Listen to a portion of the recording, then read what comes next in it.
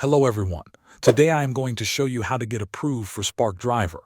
First, go to the login page of Spark Driver. To do that, open your web browser on your phone or computer. In the search bar, type Spark Driver and search. From the results, open the official Spark Driver website.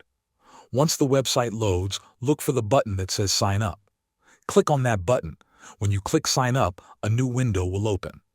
On this page, Spark will ask you to enter your email address. Type in a valid email address that you have access to, then continue to the next page. Before you move forward, it is important to make sure you are eligible to apply for Spark Driver. To be eligible, you must be at least 18 years old. You must provide your true and accurate name, phone number, email address, mailing address, and social security number. You must be authorized to work as an independent contractor in the United States. You need to have an unexpired and valid driver's license in your name that was issued by a U.S. state, and you must have a social security card. You also need to be able to verify your identity using your driver's license and a selfie. You must have a mobile phone number with the U.S. country code +1 followed by 10 digits. You must provide proof of valid auto insurance for the vehicle you will use. The insurance must show your name, the expiration date, and vehicle information.